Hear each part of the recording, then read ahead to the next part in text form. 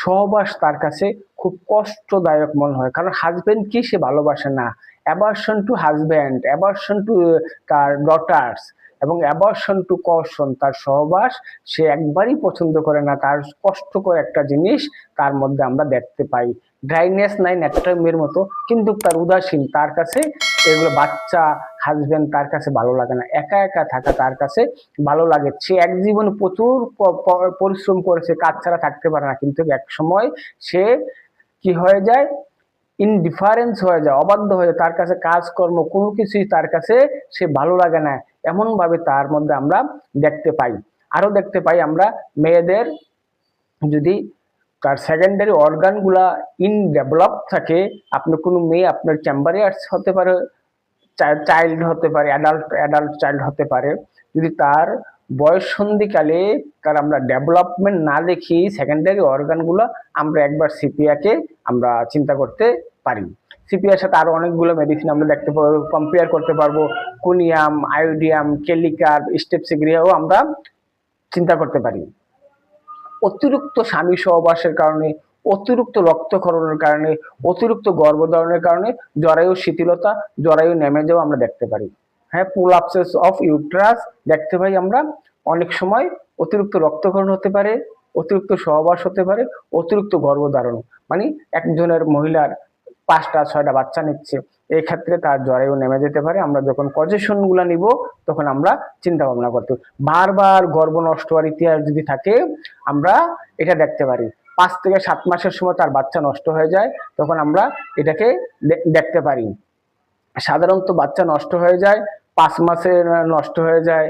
এবং সিপিয়া 5 থেকে 7 মাসে, প্রথম মাসে নষ্ট হয়ে যায় এপিস, তৃতীয় মাসে নষ্ট হয়ে যায় সেবাইনা, লাস্ট মাসে নষ্ট হয়ে যায় এপিস। এইগুলাকে আমরা মাথায় রাখবো, বাচ্চা কোন মাসে নষ্ট হয়ে যায়, বাচ্চা কোন কারণে নষ্ট হয়ে যায়, অ্যাবর্শন কোন কারণে হয়। আপনি এইটার উপরে বেস করে আপনাকে অনেক ওষুধ সিলেকশন করতে হবে। যেমন বাচ্চাদেরকে বকাবকি করার পরে, বাচ্চাদের সাথে খারাপ ব্যবহার করে বাচ্চা নষ্ট হয়ে গেছে, একমাত্র মেডিসিন জেলসমিয়াম। আর অনেক বাচ্চার, আপনি সারাদিন কষ্ট করেছেন, পরিশ্রম করেছেন, অথবা হ্যাঁ আপনার বাচ্চা নষ্ট হয়ে গেছে, রাষ্ট্র পর্যবেক্ষণের উপরে বেস করে, প্রত্যেকটা লক্ষণের উপরে বেস করে আপনি ওষুধকে ব্যবহার করতে পারবেন। ওষুধকে চিনতে হবে, ওষুধকে যদি আপনি না চিনেন, আমরা আপনার বইয়ের মতো ওষুধ দেন, তাহলে ভালো কাজ করবে না। ফর এক্সাম্পল, আপনার, আমার বাসার পাশে একটা ছোট বাবু আছে, বয়স হবে 3 বছর, তার চুলগুলা এমন কুকড়ানো, যেটা আমরা এই অস্ট্রেলিয়া এবং আমরা যে নিগ্রুদের যাদের চেহারা চুলগুলা খুব কুকড়ানো থাকে তাদের মতো। তাহলে এই বাচ্চাটাকে হাজার হাজার বাচ্চার মধ্যেও আপনি চিনতে পারবেন, কারণ একটা দিয়ে, চুল দিয়ে, পিকুলিয়ার লক্ষণ দিয়ে। সবারই চুল আছে, হাত আছে, পা আছে, কান আছে, কিন্তু তার চুলগুলা পিকুলিয়ার টাইপ। এই একটা দিয়ে আপনি চিনতে পারবেন।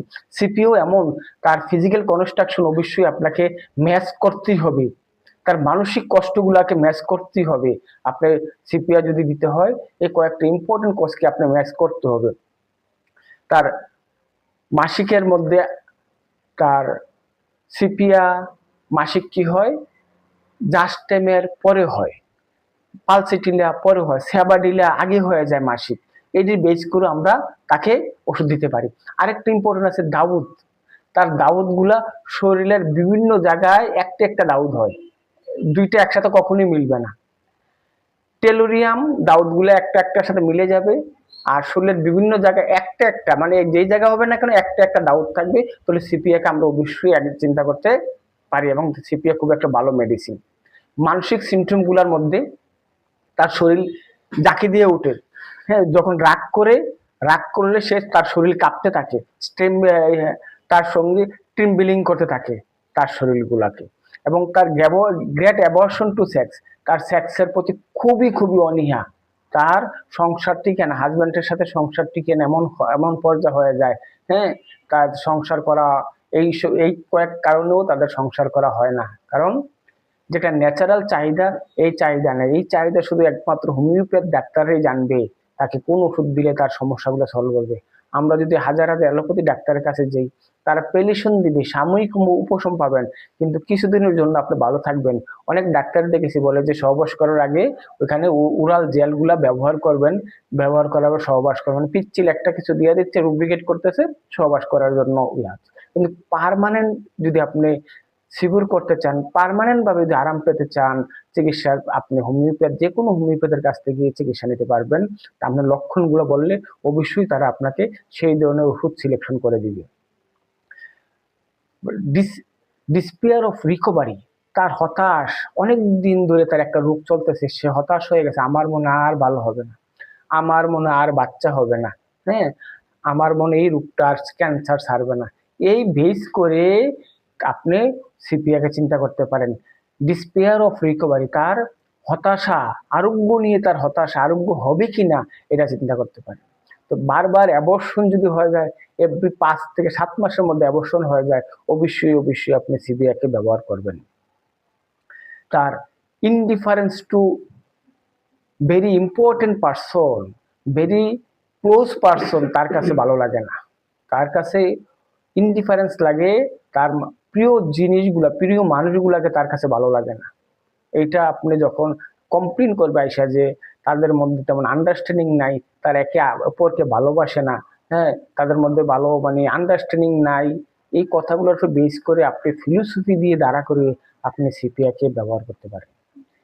ডিজায়ার, সে খুব পছন্দ করে এসিড জাতীয় খাবারগুলো পছন্দ করে, টক পছন্দ করে, মিষ্টি পছন্দ করে, ব্রেড পছন্দ করে, রুটি পছন্দ করে, লবণ পছন্দ করে, তার পছন্দের মধ্যে। অপছন্দের মধ্যে মাংস পছন্দ করে। দেখেন এই লক্ষণগুলো আপনার কেন ওষুধগুলোকে সেপারেশন করার জন্য। মাংস পছন্দ না করে খুব কম লোকই পাবেন যে মাংস পছন্দ করে না। যদি আপনি এর মধ্যে পান না মাংস কখনোই পছন্দ করে না, তাহলে আপনাকে সেপারেশন করে ফেলতে হবে যে আমি কোন ওষুধটা দিব। এবং চর্বি জাতীয় খাবার পছন্দ করে না, এবং দুধ খাইতে পারে না, দুধ খাইলে তার ডায়রিয়া দেখা দেয়, অ্যানাদার ইম্পর্টেন্ট লক্ষণ। আমাদের মোডালিটিস গুলো আমাদের বিশাল অস্ত্র, আমরা রোগী যখন এগুলো পাই আমরা খুব খুশি, কারণ ইচ্ছা, এগুলো উইলিং পাওয়ার, তার মধ্যে ইচ্ছা শক্তিটা মনের মাইন্ডের পরও আর শক্তিশালী একটা পাওয়ার থাকে, ভাইটাল স্পোর্টস থাকে, এটার থেকে তার শক্তিগুলো আসে।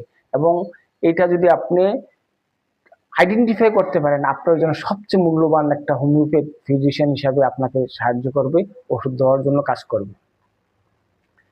তার ক্লিনিক্যাল, অবশেষে আমরা ক্লিনিক্যাল কিছু টিপস দিব, যেগুলো বিভিন্ন মনীষী, বিভিন্ন বড় বড় ডাক্তার তারা ব্যবহার করেছেন, সেই কিছু টিপস দিব। সিপিয়া বলছে যে সিএম শক্তি, যদি স্বামী পরিবারের প্রতি ভালোবাসার অভাব দূর থাকে, আপনি সিপিয়া সিএম শক্তি দিবেন। সিএম শক্তি দিলে একমাত্র ব্যবহার করলে আপনার আগের মতো ফ্যামিলির মধ্যে সুখ শান্তি চলে আসবে। অনেক ডাক্তাররা বলতে পারেন কেন সিএম শক্তি দিব, আমি কম থেকে শুরু করব না কেন। তার মানসিক লক্ষণকে আঘাত করতে হইলে তাকে হাই পাওয়ার সর্বোচ্চ শক্তি ব্যবহার করতে হয়। ফিজিক্যাল যদি তার সমস্যা থাকে, হ্যাঁ, স্ট্রাকচারাল ডিসঅর্ডার থাকে, তখন আপনি ল পাওয়ার দিতে হবে। এবং ওয়ান এম অথবা সিএম শক্তি তার জরায়ু যদি তার সঠিক স্থানে না থাকে, হইতে পারে বাল্কি অথবা পুলআপস ইউট্রাস হতে পারে, যদি যথাস্থানে না থাকে, আপনি ওয়ান অথবা সিএম শক্তি দিলে তার যথাস্থানে চলে আসবে ইনশাল্লাহ। শিশু আরেকটা লক্ষণ, শিশু যখন কোনো মায়ের বাচ্চা মারা গেছে, বাচ্চা মারা গেছে, ব্রেস্ট দিয়ে দুধ আসছে, দুধ তো আসবে, এটা বন্ধ করার জন্য ব্যথা থাকবে, থাকবে, আপনি তাকে সিপিয়া দিলে তার আর পূর্ণ প্রতিষ্ঠিত হবে না। অনেক মায়েদের মাসিক শুরু হচ্ছে না, 7 মাস 8 মাস হয়ে গেছে, বাচ্চা দুধ খাচ্ছে, কেন মাসিক হচ্ছে না কেন? অনেককে আপনার চেম্বারে আসবে, অতিষ্ঠ হয়ে যাবে। কয়েকদিন আগে আমাকে রিং দিছে, বলছে স্যার আমার প্রথম বাচ্চা হওয়ার পরে তো 2 মাস পরে মাসিক হয়ে গেল, আজকে তো 5-6 মাস হচ্ছে, মাসিক হচ্ছে না, কি করবো স্যার, এটা কোনো সমস্যা? আমি বললাম না, এটা একটা ন্যাচারাল একটা এটা কোনো সমস্যা না, যখন হয় তখন থেকে আপনি কোনো কিছু ব্যবহার করতে হবে, এখন আপনাকে আর কোনো কিছু ব্যবহার করতে হবে না, এমনি আপনি সহবাস করতে থাকবেন এবং সেফটি থাকবে। বাট একবার যদি মাসিক শুরু হয়ে যায় তখনই হবে। এমন যদি এইসব লোক আসে, আপনাকে যদি প্রতিষ্ঠিত করতে চান, তার মাসিকটা পুনরায় চলে আসুক, আপনি তাকে সিপিয়াকে একবার আপনি ব্যবহার করতে পারেন। তো সিপিয়া সাধারণত নাক্স এবং সিপিয়া রাত্রে ব্যবহার করলে খুব ভালো ফল দেয়। আপনার যতটুকু সম্ভব রাত্রে আপনি ওষুধগুলোকে ব্যবহার করবেন এবং ভালো ভালো ফল দিবে। ঠিক আছে। আরো আছে আপনার বাচ্চারা নোডিং করে মাথা নাড়িয়ে জবাব দেয়, হ্যাঁ, আপনি তাকে সিপি একমাত্র প্রয়োগ করবেন, ইনশাল্লাহ বাচ্চা মাথা নাড়ানোটা আপনি বন্ধ করে দিবেন। আর স্মলি আলসার যদি হাতের জয়েন্টে, পায়ের জয়েন্টে, তো ফিঙ্গারের মধ্যে স্মল আলসার দেখতে পান, ক্ষত দেখতে পান, ডক্টর ফেরিংটন বলছেন সিপিআর 200 তাকে ভালো করে দিবে, ডক্টর ফেরিংটন। আর history of the bed wetting early life, হ্যাঁ, is good point is the give the CPR. যদি কোনো বাচ্চা আপনার বাচ্চা হচ্ছে না ইয়া অথবা যে কোনো রোগের নিয়ে আসে, যদি আপনি তার আর্লি হিস্ট্রি নিয়ে জানতে পারেন যে আপনি কি আগে বিছানায় প্রস্রাব করতেন, হ্যাঁ, অবশ্যই তুলে আপনি সিপিআকে চিন্তা করবেন। সিপিআকে দেওয়ার আগে অনেক বড় বড় মনীষী বলছে যদি জরায়ুর কোনো কমপ্লেন থাকে, এই কমপ্লেনের সাথে মিলিয়ে যদি আদার্স কোনো সমস্যা থাকে, অবশ্যই তুমি তাকে সিপিআ দিবা। সাইনোসাইটিসের একটা দনোত্তরী বলছেন ডক্টর এলিজাবেথ হারবার্ট, বলছে সাইনোসাইটিস যাদের আছে এটা খুব ভালো কাজ করে, এই শিশুটার জন্য ব্যবহার করে আপনারা দেখবেন। তাদের ফলু অয়েল, তাকে ফলু অয়েল কে করে নাইট্রিক অ্যাসিড তাকে ফলু অয়েল করে, এবং নেট্রামিউর সালফার তাকে ফলু অয়েল। তার পরবর্তী ওষুধ যদি কোনো রুগী আমরা চিন্তা ভাবনা করি যে একটু কাজ করছে আর পরে কাজ করতেছে না, পরবর্তী ওষুধ আমরা নেট্রামিউর সালফার, নেকটাম কার্বকে আমরা চিন্তা করতে পারি।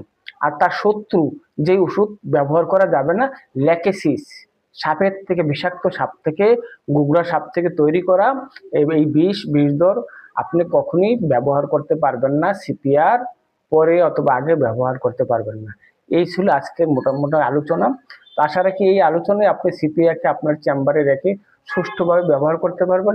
আশা রাখি এতটুকু জানা থাকলেই আপনি আপনার লাইফে, আপনার চিকিৎসার লাইফে আপনার সফল হতে পারবেন। আসসালামু আলাইকুম ওয়া রাহমাতুল্লাহ।